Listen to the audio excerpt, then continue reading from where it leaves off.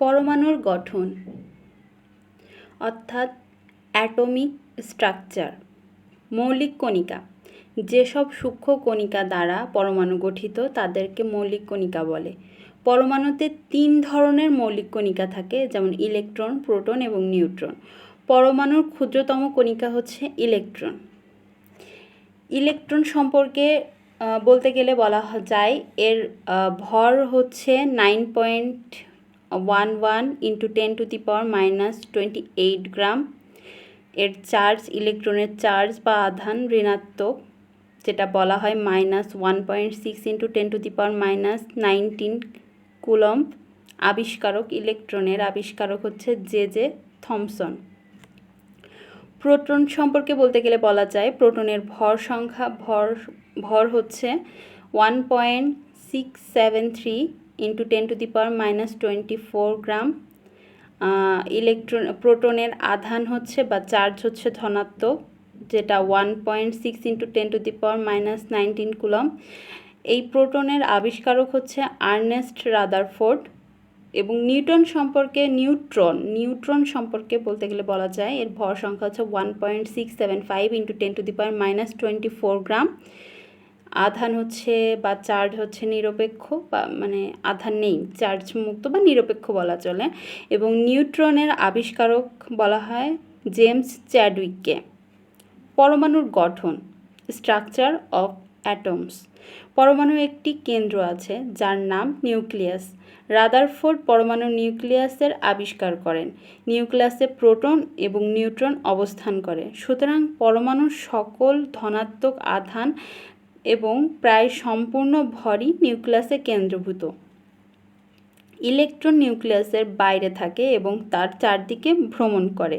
পরমাণু আধান নিরপেক্ষ, কারণ একটি পরমাণুতে যতটি প্রোটন আছে ততটি ইলেকট্রন আছে। অবশ্য পরমাণু হতে সহজেই ইলেকট্রন বের করে আনা যায় এবং বাহির হতে অতিরিক্ত ইলেকট্রন যোগ করা যায়। তখন তার বিদ্যুৎ নিরপেক্ষ পরমাণু থাকে না, আধানযুক্ত বা আয়ন সৃষ্টি হয়। ঘর্ষণ, তাপ এবং রাসায়নিক প্রভৃতি প্রক্রিয়ার মাধ্যমে সহজেই পরমাণু থেকে ইলেকট্রন নির্গত হয়। অর্থাৎ আমরা জানতে পারলাম একটি পরমাণুর মধ্যে 3টি মৌলিক কণিকা, যথা ইলেকট্রন, প্রোটন এবং নিউট্রন। ইলেকট্রন হচ্ছে ঋণাত্মক আধানযুক্ত, প্রোটন ধনাত্মক আধানযুক্ত এবং নিউট্রন হচ্ছে নিরপেক্ষ বা কোনো আধান নেই বলা চলে। তো এই ইলেকট্রন একটি পরমাণুর নিউক্লিয়াসে সাধারণত প্রোটন এবং নিউট্রন থাকে, যারা মূলত ধনাত্মক আধান বিশিষ্ট এবং মূল ভরই মূলত তার কেন্দ্র অর্থাৎ নিউক্লিয়াসে অন্তর্ভুক্ত থাকে। এবং ইলেকট্রনগুলো এই নিউক্লিয়াসের চারপাশ দিয়ে পরিভ্রমণ করে। পরমাণুর ইলেকট্রন বিন্যাস। পরমাণুতে ইলেকট্রনগুলো যেভাবে সজ্জিত বা বিন্যস্ত থাকে তাই পরমাণুর ইলেকট্রন বিন্যাস। পরমাণুর প্রতিটি শক্তি স্তরে সর্বোচ্চ ইলেকট্রনের সংখ্যা হচ্ছে 2n⁻²। অর্থাৎ এই সূত্র অনুযায়ী আমরা তার সর্বোচ্চ শক্তি স্তরে কতটি ইলেকট্রন আছে সে সম্পর্কে জানতে পারি। প্রথম শক্তি স্তরের ধারণ ক্ষমতা হচ্ছে 2, দ্বিতীয় শক্তি স্তরের ইলেকট্রন ধারণ ক্ষমতা হচ্ছে 8, তৃতীয় শক্তি স্তরের ইলেকট্রন ধারণ ক্ষমতা 18 এবং চতুর্থ শক্তি স্তর অর্থাৎ চতুর্থ শেলের সর্বোচ্চ ধারণ ক্ষমতা 32। পারমাণবিক সংখ্যা, অ্যাটমিক নাম্বার। নিউক্লিয়াসে অবস্থিত প্রোটনের সংখ্যাকে মৌলের পারমাণবিক সংখ্যা বলা হয়। একে জেড দ্বারা প্রকাশ করা হয়। যে কোনো মৌলের স্বাতন্ত্র্য এই সংখ্যার উপর নির্ভর করে। এটি যে কোনো মৌলের মৌলিক ধর্ম। যেমন কার্বনের পরমাণুতে 6টি প্রোটন আছে, সুতরাং কার্বনের পারমাণবিক সংখ্যা হচ্ছে 6। ভর সংখ্যা বা নিউক্লিয়ন সংখ্যা অর্থাৎ ম্যাস নাম্বার। নিউক্লিয়াসে অবস্থিত প্রোটন ও নিউট্রনের মোট সংখ্যাকে একটি পরমাণুর ভর সংখ্যা বলা হয়। ভর সংখ্যাকে এ দ্বারা প্রকাশ করা হয়। কোনো পরমাণুর অন্তর্গত প্রোটন ও নিউট্রনের মোট সংখ্যাকে ভর সংখ্যা বলা হয়। ভর সংখ্যা এ প্রোটন সংখ্যাকে পি এবং নিউট্রন সংখ্যাকে এন দ্বারা প্রকাশ করা হয়। পরমাণুর ভর সংখ্যা তাহলে এভাবে প্রকাশ করা যায়, পরমাণুর ভর সংখ্যা A = P+N। সোডিয়ামের একটি পরমাণুতে প্রোটন আছে 11টি, নিউট্রন আছে 12টি, সুতরাং সোডিয়ামের পারমাণবিক ভর সংখ্যা হচ্ছে 23। সেক্ষেত্রে অক্সিজেনের ক্ষেত্রেও বলা যায় এটা অক্সিজেনের প্রোটন সংখ্যা হচ্ছে 8 এবং নিউট্রন সংখ্যা 9, তাই এর মোট অক্সিজেনের পারমাণবিক ভর সংখ্যা অর্থাৎ পরমাণুর ভর সংখ্যা হচ্ছে 17। ক্লোরিনের ক্ষেত্রেও যার প্রোটন 17 এবং নিউট্রন 18, তাই ক্লোরিনের ভর সংখ্যা হচ্ছে 35। তদ্রূপ দেখা যায় হাইড্রোজেনের পারমাণবিক সংখ্যা 1, ভর সংখ্যাও 1, হিলিয়ামের পারমাণবিক সংখ্যা 2, ভর সংখ্যা 4, কার্বনের পারমাণবিক সংখ্যা 6, ভর সংখ্যা 12, সোডিয়ামের পারমাণবিক সংখ্যা 11, ভর সংখ্যা 23, ম্যাগনেসিয়ামের পারমাণবিক সংখ্যা 12, ভর সংখ্যা 24, সিলিকনের পারমাণবিক সংখ্যা 14, ভর সংখ্যা 28, ক্যালসিয়ামের পারমাণবিক সংখ্যা 20, ভর সংখ্যা 40.08, আর্সেনিকের পারমাণবিক সংখ্যা 33, ভর সংখ্যা 75, পারদের পারমাণবিক সংখ্যা 80, ভর সংখ্যা 200.6, ইউরেনিয়ামের পারমাণবিক সংখ্যা 92 এবং ভর সংখ্যা 238। এগুলো ছিল গুরুত্বপূর্ণ মৌলের পারমাণবিক সংখ্যা ও ভর। পর্যায় সারণী। পর্যায় সারণীর জনক হচ্ছে মেন্ডেলিভ। মেন্ডেলিভের পর্যায় সারণীর ভিত্তি ছিল পারমাণবিক ভর। আধুনিক পর্যায় সারণীর ভিত্তি হচ্ছে পারমাণবিক সংখ্যা। আধুনিক পর্যায় সারণীতে 7টি পর্যায় এবং 9টি গ্রুপ রয়েছে। এবার আসা যাক আইসোটোপ কি। আইসোটোপ হচ্ছে যে সকল পরমাণুর পারমাণবিক সংখ্যা সমান কিন্তু ভর সংখ্যা ভিন্ন, তাদেরকে পরস্পরের আইসোটোপ বলা হয়।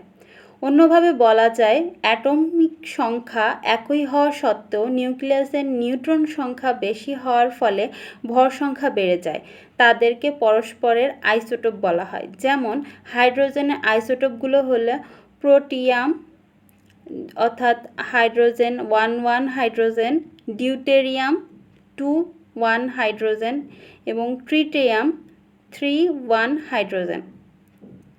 হাইড্রোজেন, ডিউটেরিয়াম এবং ট্রিটিয়াম তিনটিরই পারমাণবিক সংখ্যা 1 কিন্তু ভর সংখ্যা যথাক্রমে 1, 2 এবং 3। প্রোটিয়ামের কোনো নিউট্রন নাই। ডিউটেরিয়ামের 1, ট্রিটিয়ামের আইসোটোপে 2টি নিউট্রন আছে। একটি হাইড্রোজেনের অর্থাৎ প্রোটিয়ামের পরমাণু থেকে একটি ইলেকট্রন সরিয়ে নিলে যা থাকে তা একটি প্রোটন। এই কারণে প্রোটনের সংখ্যা হচ্ছে, প্রোটনের যে সংকেত সেটা হচ্ছে H+।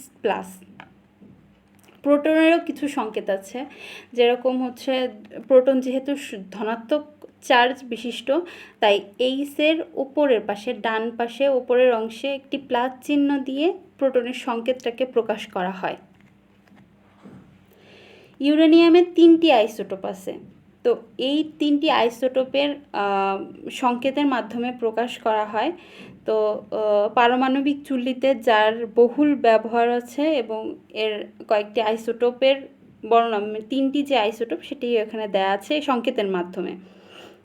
আইসোটোন হচ্ছে যে সকল পরমাণুর নিউট্রন সংখ্যা সমান কিন্তু প্রোটন সংখ্যা ও ভর সংখ্যা ভিন্ন, তাদেরকে পরস্পরের আইসোটোন বলা হয়।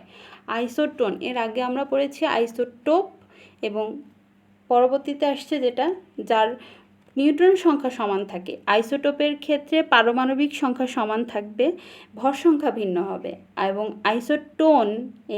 আইসোটোনের ক্ষেত্রে নিউট্রন সংখ্যা সমান থাকবে কিন্তু প্রোটন এবং ভর সংখ্যা ভিন্ন হবে।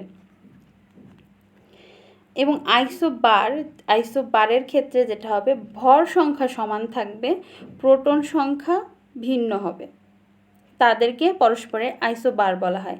আইসোটোনের ক্ষেত্রে দেখা যায় সিলিকন, ফসফরাস, সালফার পরস্পরে আইসোটোন, কিছু কিছু আইসোটোন বিদ্যমান। আইসোবারের ক্ষেত্রে রয়েছে কপার, জিঙ্ক, তাদের পরস্পরের আইসোবার, কারণ উভয়ের ভর সংখ্যা 64 এবং প্রোটন সংখ্যা 29 এবং 30। আমরা বেশিরভাগ পরীক্ষায় আইসোটোপ এবং আইসোটোন ও আইসোবার এই 3টা অংশ গুলিয়ে ফেলি, এবং কোনটির ভর সংখ্যা ভিন্ন বা কোনটির প্রোটন সংখ্যা ভিন্ন বা কোনটির পারমাণবিক সংখ্যা ভিন্ন, এইটা নিয়েই আর কি আমাদের কনফিউশনটা লাগে। তো হচ্ছে আইসোটোপের ক্ষেত্রে আমরা যথাযথভাবে এর আগেও বলেছি যে পারমাণবিক সংখ্যাটা সমান থাকবে। টোপের লাস্টে প আছে এবং পারমাণবিক সংখ্যার প্রথমে প আছে, তো একটা সূত্রের সাহায্যে আমরা মনে রাখতে পারি। তো পারমাণবিক সংখ্যা যেটার লাস্টে যে সংখ্যাটা বা বর্ণটা থাকবে সেই বর্ণটার সংখ্যা সবসময় সমান থাকবে এবং অপরটি ভিন্ন হবে। যেরকম আইসোটোপের প আছে লাস্টে এবং শেষে পারমাণবিক সংখ্যা, এই যে পারমাণবিক সংখ্যার প হচ্ছে প্রথমে আছে প দিয়ে শুরু, এজন্য এই পারমাণবিক সংখ্যাটা সমান থাকবে। আইসোটোনের ক্ষেত্রে শেষে আছে দন্ত ন দিয়ে শুরু হয় নিউট্রন সংখ্যা, এই নিউট্রন সংখ্যাও সমান থাকবে আইসোটোনের ক্ষেত্রে। এবং আইসোবারের ক্ষেত্রে দেখতে পারি বার আর ভর অনেকটা সমান, সিমিলার, শুনতে অনেকটা সিমিলার লাগে। তো সেক্ষেত্রে আমরা এখানে বলতে পারি যে আইসোবারের ক্ষেত্রে বার এবং ভর এইটা মনে রেখে আমরা কোন সংখ্যাটা সমান হবে সেটা মনে রাখতে পারি। ধন্যবাদ।